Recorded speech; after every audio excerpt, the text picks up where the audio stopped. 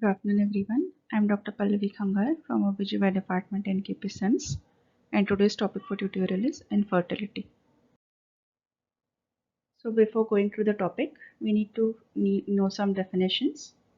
First of all, what is infertility? It is basically failure of a couple to conceive or achieve a clinical pregnancy after 12 months or more of regular unprotected intercourse. Then second definition of subfertility is any form of reduced fertility with prolonged time of unwanted non-conception. Fecundability is the probability of achieving pregnancy within one menstrual cycle. In a healthy young couple, it is 10 to 20%. Fecundity is the probability of achieving a live birth within a single menstrual cycle. And there are two types of infertility: a primary infertility in those patients who have never conceived, and a second infertility is when the woman has conceived at least once before but failure to conceive subsequently. Now some more facts about infertility. 80% of couples conceive within 1 year of regular intercourse with adequate frequency, that is 4 to 5 times a week, and another 10% conceive by the end of second year. So as such, only 10% remain infertile by the end of second year. The average incidence of infertility globally is around 15%, and in India is approximately 15 to 20%. And out of those, 30 to 40% cases are due to male factor, 40 to 45% cases are due to female factor, and 10% cases are due to both male and female factor combined. And unexplained infertility, that is, there is no problem within the male or the female, account to 10% of cases.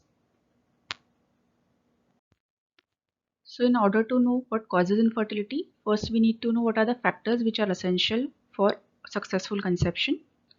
First of all, a healthy spermatozoa should be deposited high in the vagina or near the cervix. Then the healthy sperm should undergo changes like capacitation and acrosome reaction inside the uterine cavity and should acquire motility. The motile sperm should ascend into the cervix, from the cervix into the uterus and to the fallopian tube. Then there should be ovulation. The fallopian tube should be patent and the oocyte should be picked up by the fembrua after ovulation. The sperm should fertilize the oocyte at ampulla of the tube, and the embryo should reach the uterine cavity after 3 to 4 days of fertilization, and the endometrium of the uterus should be receptive for implantation, and the corpus luteum of the ovary should be functioning adequately. Now we'll learn in detail about male infertility. The factors causing male infertility can be divided broadly into pretesticular, testicular, and post-testicular cause. And in general, they can be divided into abnormality in sperm production, abnormality in sperm function, then there might be obstruction in the efferent duct system, then failure to deposit the sperm high in the vagina, then errors in seminal fluid, and other systemic illnesses and drug intake which hamper the healthy spermatogenesis. So as shown in the diagram, the pretesticular causes mainly include the endocrine, psychosexual, the drug intake, and the genetic syndromes like Klinefelter and Y chromosome deletions. The testicular causes include cartilaginous syndrome, cryptorchism, infections like mumps and orchitis, then exposure to toxins, radiation, then varicocele and Sertoli syndrome and other causes. And the post-testicular cause mainly consists of obstruction of the efferent duct, like in congenital, the absence of vas deferens and cystic fibrosis, then Young syndrome, then acquired infections like tuberculosis and gonorrhea causing the obstruction of the efferent duct, then surgical causes like herniorrhaphy, vasectomy, and bladder neck surgery, and other causes like ejaculative failure, retrograde ejaculation, hypospadias, etc. Now we'll see how to approach a patient of male infertility. First and foremost important is the history taking. Firstly, the age of the patient. As at more advanced the age, the poorer the quality of the semen and the sperms. Then duration of marriage. Then history of any previous proven fertility like his previous child from previous marriages. Then the type of lifestyle, that is history of smoking, alcoholism, which adversely affect the sperm production, and occupational exposure to heat, which again hamper the spermatogenesis. Then the sexual practices, then history of erectile dysfunction and ejaculatory disorders, then history of sexually transmitted diseases like chlamydia, history of mumps, orchitis, etc. Then history of surgery in the genital area in the past, like operated herniorrhaphy or varicocele surgery, or history of vasectomy in the past and recanalization done. Then history of exposure to drugs like antihypertensives, antipsychotics or steroids for long term. Then history of radiation exposure or cytotoxic drugs for cancers. Then history of systemic illnesses like diabetes mellitus, hypertension, tuberculosis, hypothyroidism, recurrent chest infections or bronchiectasis to know for cystic fibrosis. So after history taking comes the physical examination of the patient. It is generally done by the urologist. They look for the testicular size, the consistency and the volume, which should be minimal 20 ml. Then they look for undescended testis, then presence of hypospadias, any scrotal abnormalities like varicocele, then presence or absence of body hair, facial hair in cases of Klinefelter syndrome, then the height, weight and BMI of the patient, and any syndromic signs like for Downs, Klinefelters, etc. So after history taking an examination comes the most important thing in male infertility is semen analysis. The sample is taken after 2 to 3 days of abstinence, and the sample is collected in the lab and it is processed and examined the same day. If the semen analysis is normal, then we have to look for causes of unexplained infertility like anti-sperm antibody, the DNA integrity, the sperm presentation of hemizona assay, and the oxidative stress. And if the semen analysis is abnormal, then we have to look further evaluate whether it is due to an endocrinal abnormality or and evaluate for UTIs or an infections, or we have to do a scrotal ultrasound, and also we have to eliminate the use of gonadotoxic drugs. After treatment, if the semen analysis is repeated and it is not improved, then a further evaluation is done on the basis of what the semen analysis report is. If the semen analysis shows low volume or no volume, then we have to test the urine for retrograde ejaculation. If the report says it's oligospermia or asthenospermia or teratospermia or leukoteratospermia, we have to treat it accordingly. And the report might say it might be azoospermia, that is absence of sperms in the semen sample, and we have to look for the pH and fructose. And if the semen analysis is improved or normal, then we have to evaluate for female factor. So we'll now see how to diagnose male infertility. As I said, the semen analysis is the most important test in males. It is collected after 3 days of sexual abstinence obtained by masturbation. It is brought to the laboratory within 1 hour of collection and is kept as close to the body temperature as possible during transport, as the temperature abnormalities might result in the damage to the sperms. If the report is abnormal, a second sample is examined, collected at least 3 to 4 weeks apart. The sample is seen for sperm count, sperm motility, the morphology, that is normal or abnormal forms, presence or absence of any infections, the volume of the semen, and the presence or absence of fructose. And the reporting of the semen is done according to the WHO criteria, which we'll describe in the next slide. So this slide shows the normal semen parameters according to WHO 2010 criteria. The semen volume should be at least 1.5 ml. The sperm concentration should be at least 15 into 10 raised to power 6 per ml. The total sperm count per ejaculate should be 39 into 10 raised to power 6 per ejaculate. The progressive motility should be at least 32%. The total motility, that is the progressive plus non-progressive, should be at least 40%. The vitality, that is percentage of live sperm, should be at least 58%. The normal forms of sperms should be at least 4%. The pH should be at least or greater than 7.2. Then the TLC count, that is leukocyte count, should be less than 1 into 10 raised to power 6 per ml. And the Minobead test should be less than 50%. Now we'll see what the abnormal semen terminologies mean. If the report says normozoospermia, that means all semen parameters are normal. If the report says oligozoospermia, it means the sperm concentration is less than 15 million per ml, and it is further classified as mild to moderate oligospermia as the count is between 5 to 15 million, and severe oligospermia if the count is less than 5 million per ml. Then if the report says it's azoospermia, that is there is absence of motile or viable sperm in the semen. Aspermia is the absence of ejaculate or semen. Then asthenozoospermia is reduced sperm motility.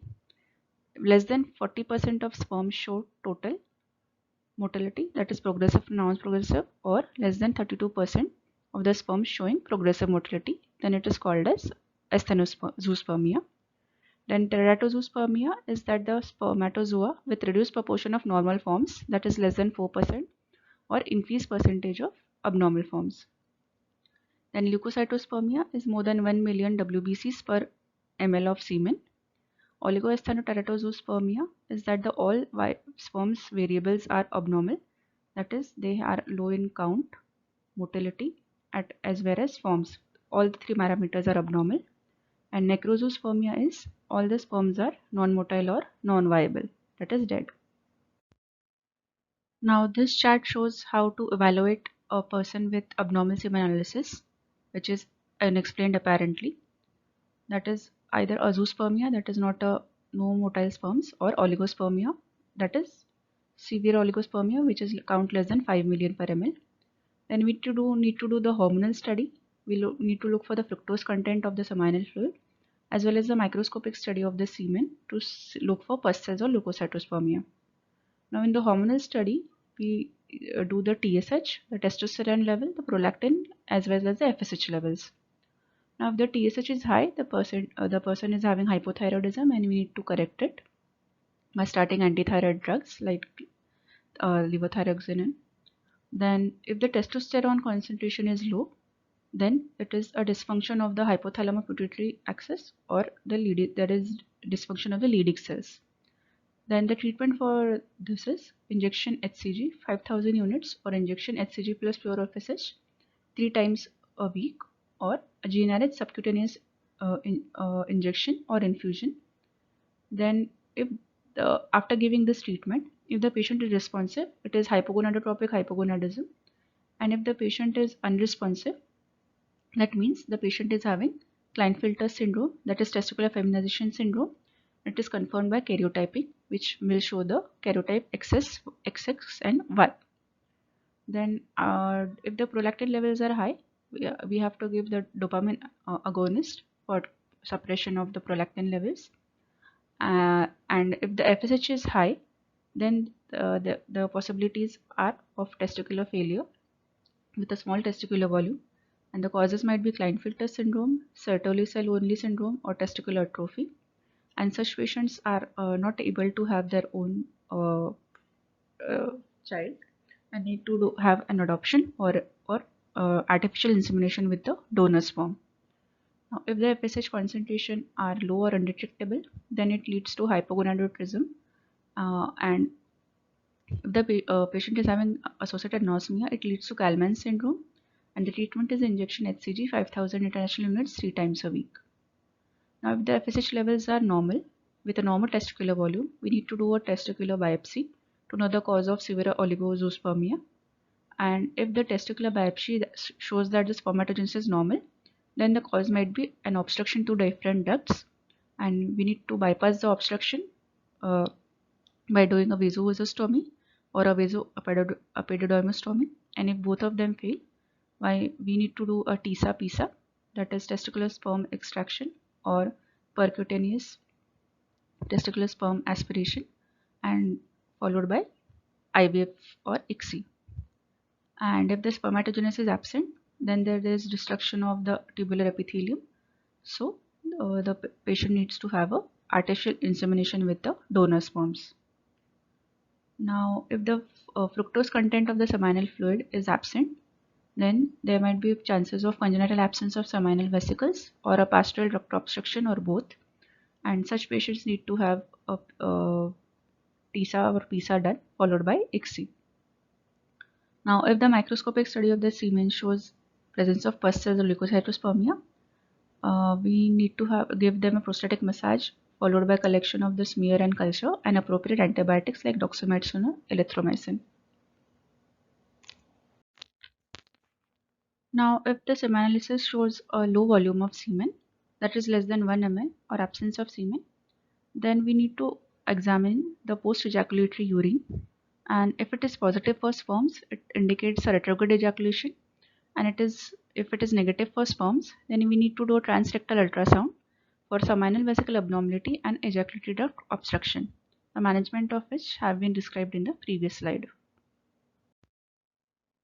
So apart from semen analysis, depending on what the semen analysis provides us with, we need to have other tests like a chromosome analysis in cases of suspected Klinefelters or cystic fibrosis and Y chromosome deletion patients. Then hormonal profile like serum FSH, LH, TSH, testosterone, prolactin, etc. Then basic tests like blood grouping, serology, blood sugars, and HbA1c levels. Then a testicular biopsy in patients with azoospermia or severe oligozoospermia. Then immunological tests like MAR test and immunobead test to detect anti-sperm antibodies. And ultrasound and color Doppler of the testis in cases of testicular absence or low volume testis. Then varicocele patients, obstructive azoospermia, hypospadias, etc. Now, what is the treatment for male infertility? First of all, to improve the spermatogenesis, general measures need to be taken like improvement of general health, weight reduction in obese patient, avoidance of alcohol and smoking in chronic alcoholics and smokers. Then avoid wearing too tight and warm undergarments or occupations that may elevate the testicular temperature due to heat exposure. Then use of antioxidants to improve spermatogenesis. Medications that hinder spermatogenesis should be avoided or changed. For leukocytospermia, antibiotics are given like doxycycline or erythromycin for 4 to 6 weeks to treat the infection. Now, specific treatment depends on the cause of the male infertility. For premature ejaculation or erectile dysfunction, behavioral approaches are given, and medications like sildenafil or tadalafil are given just before intercourse.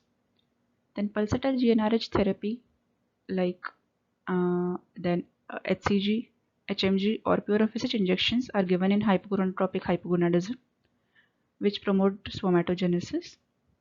Then for varicocele, surgical removal correction is to be done. For patients with blockage of ejaculatory ducts, TISA or PISA followed by IVF ICSI is to be done. Then for patients with retrograde ejaculation, sperm can be collected directly from the bladder, processed and used for IUI or IVF. Then patients with epididymal blockage, surgery like bypass of the blockage by vasoepididostomy or vasovasostomy etc. is done. Then orchidopexy is done in undescended testis. Then intrauterine insemination for patients with anti-sperm antibodies in male. Then donor sperm is to be used in cases where our measures to fail and achieve a healthy sperms or clinical pregnancy.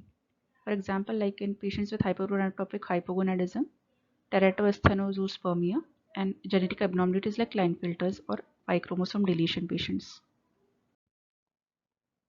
Now we'll see the causes of female infertility.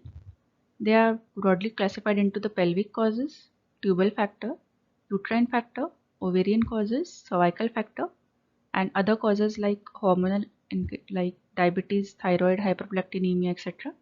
Then genetic causes like Turner mosaics, then history of drug intakes like antipsychotics, or history of radiation exposure, etc. as shown in the diagram. Now we'll discuss each factor in detail. The most important factor is the ovarian factor, responsible for 30 to 40% of female infertility. Ovarian factor might be due to anovulation or polycystic ovarian syndrome. Then premature ovarian failure, that is menopause before the age of 40 years. Then hyperprolactinemia causing anovulation. Endometriosis, hampering the egg quality and quantity. Then corpus luteum insufficiency, which lead to failure of successful pregnancy continuation, and luteinized unruptured follicle, again leading to anovulation. Then the second factor is tubal factor, accounting for 25 to 35% of cases of female infertility. The tubal blockage may be due to pelvic inflammatory disease or pelvic tuberculosis. Then history of previous tubal surgeries like for ectopic or sterilization and reconvolution done for tubes. Then pelvic endometriosis involving the tubes is another important factor. Then the uterine factors account for 10% of female infertility, and it causes unfavorable endometrium for nidation of the embryo.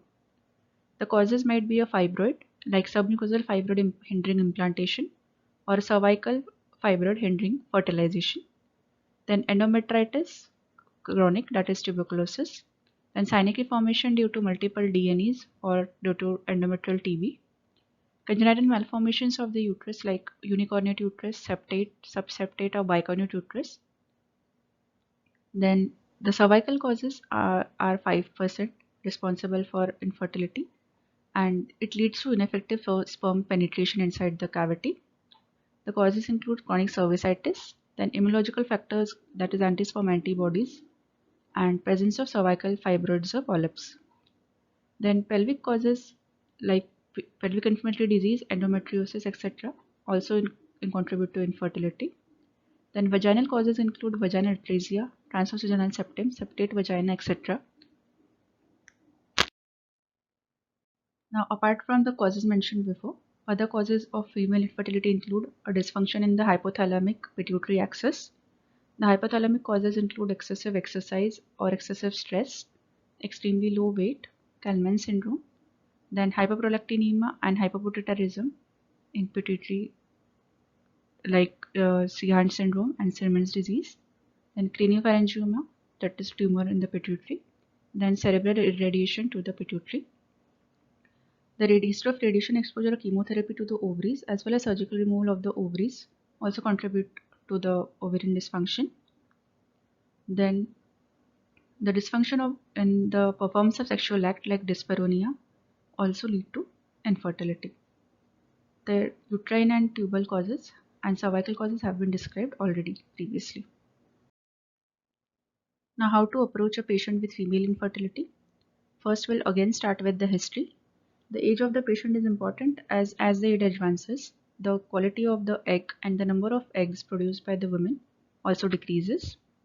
Then a general medical history like history of tuberculosis, sexually transmitted diseases, pelvic inflammatory disease recurrent, then history of thyroid disorders, diabetes, hypertension, and hyperprolactinemia should be elicited.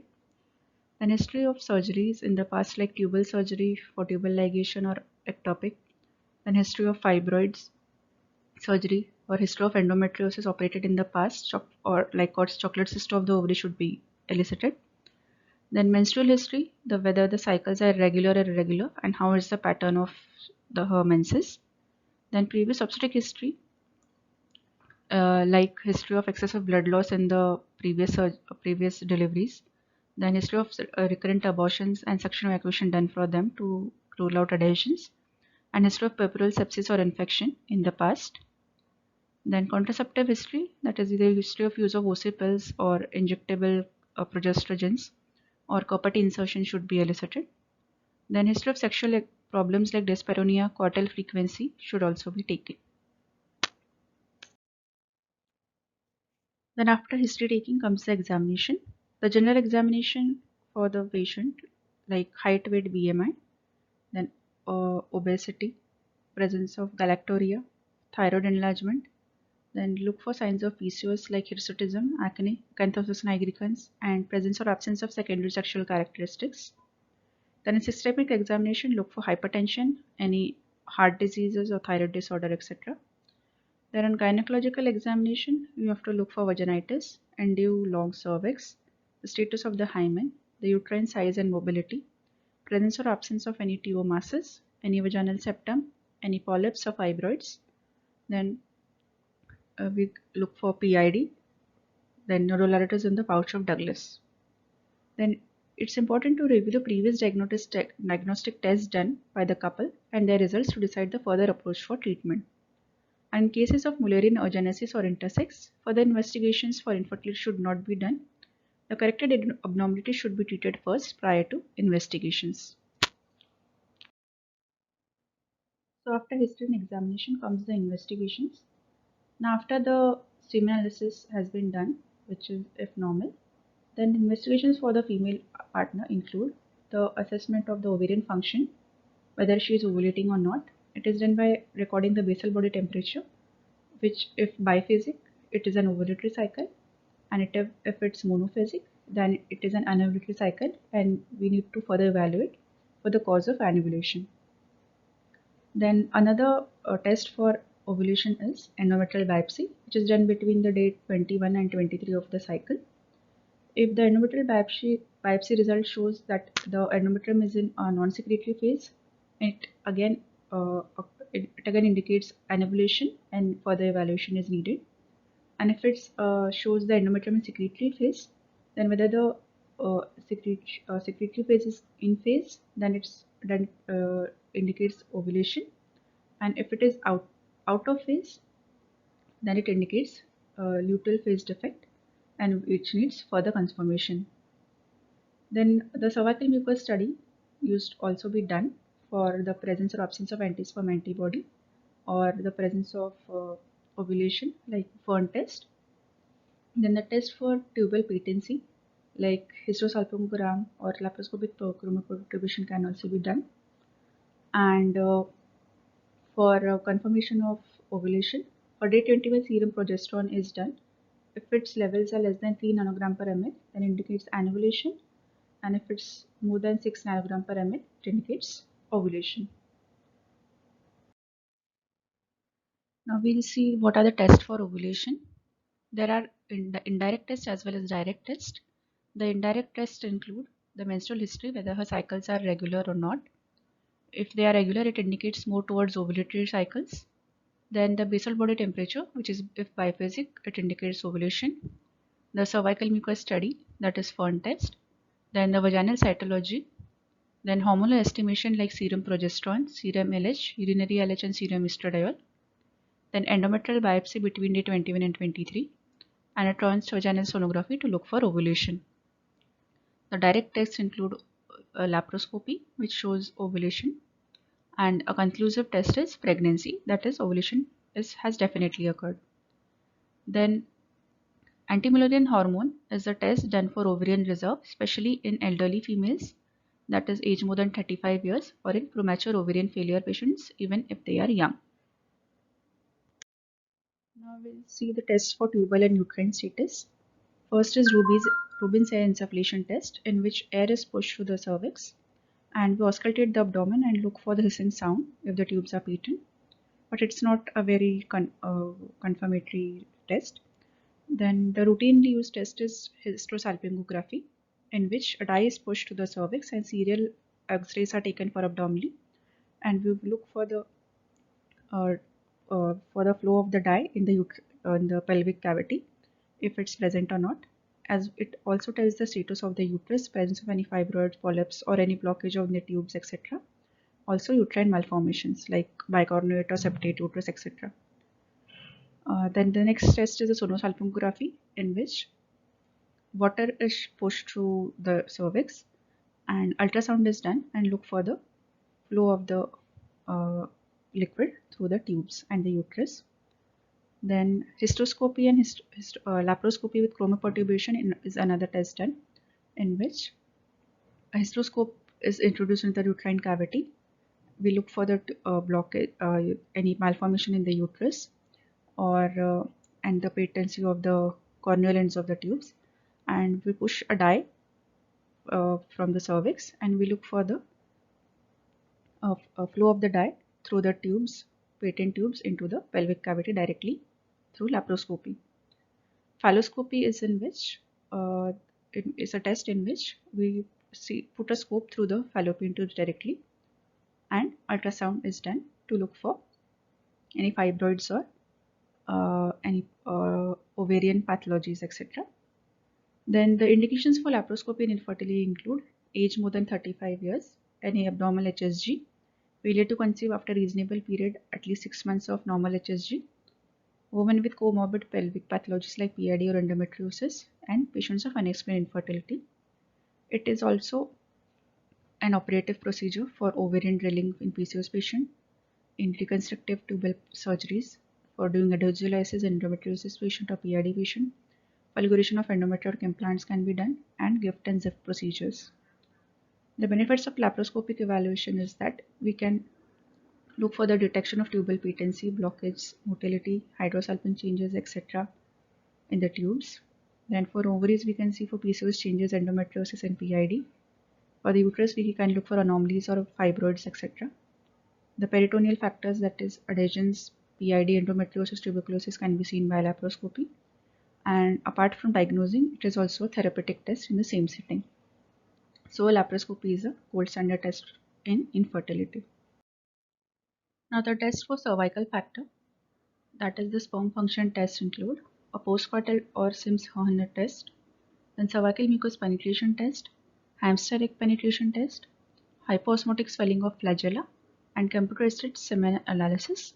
But we need not need to know these tests in detail, as these are rarely used for diagnosis or treatment. So this chart summarizes the tests done in infertile female patients. The tests done for ovulation include basal body temperature, which is done throughout the cycle and should show a base biphasic pattern in cases of ovulation. The endometrial biopsy done on day 21 to 23 should show a secretory endometrium which is in phase. The cervical mucus on day 12 to 14, which is pre-ovulatory, is clear watery and shows threadability and a fern pattern, whereas done on seen on day 21 to 23 is, that is post-secrete, post-ovulatory, is thick, viscid, and shows absence of threadability and fern pattern. Same way, the vaginal cytology done on these days, the pre-ovulatory vaginal cytology shows discrete cells with lymphatic nuclei and with a clear background, whereas the post-ovulatory shows folded edges with cells in clumps with a dirty background. The semen progesterone is done on day 8 and 21. On day 8, it's less than 1 nanogram per ml, while on day 21, it should be more than 6 nanogram per ml, indicating ovulation. The serum and urinary LH are done mid-cycle, that is between day 12 to 14, and the LH, that is CINA and LH surge, about 10 to 12 hours before ovulation. Then serial transvaginal ultrasound is done mid-cycle, 12 to 14 day of cycle, and if the follicles are measuring around 20 mm, then it indicates the patient is ovulating. And on laparoscopy done in secretory phase, you might see a recent corpus luteum. Then the test for tubal factors include insufflation test done in the proliferative phase 2 days after the bleeding stops, and you might see a drop in the pressure when raised to 120 mm of Hg with a hissing sound heard in the iliac fossas and shoulder pain due to irritation of diaphragm with the air. Then on HSG, when the proliferative phase, we will see a spillage of dye to the peritoneal cavity on X-ray. The laparoscopy and dye test done on the 7 to 10 day of the cycle will help you to assess the peritoneal pathology, pelvic pathology like endometriosis, then the presence of ovulation, and the tubal patency is checked by dye spillage from both the tubes. The sonohysterosalpingography is done in the proliferative phase, and it is better than HSG for detection of intrauterine pathology. Same with the phalloscopy, detects tubal luminal pathologies directly. The tests done for cervical factor include postcoital tests done around ovulation, that is day 12 to 14 of cycle, and the presence of motile progressive sperms more than at least 10 per hyperfield indicate a normal cervical mucus. While sperm cervical mucus contact test, it shows agglutination, it shows presence of sperm antibodies. Apart from these tests, the routine tests like thyroid, prolactin, blood group, serology, that is HIV, HBCG, VDRL, and blood sugars are also important, as any abnormalities these also affect the chances of conception and should be treated accordingly. Now we move ahead with the treatment of female infertility. It depends upon the cause, which is the factor leading to infertility. If the cause is ovulation disorder, then ovulation induction drugs are started with oral drugs like clomiphene citrate and letrozole, especially in cases of PCOS. Then follicle stimulating hormone injections are given FSH is a hormone which is produced by the pituitary and it stimulates the follicle development in ovaries. A urinary or recombinant FSH is given to stimulate folliculogenesis and egg maturation. Examples are Gonal-f and Follistim. It is given by a subcutaneous route. Now the third drug used for ovulation induction is HMG.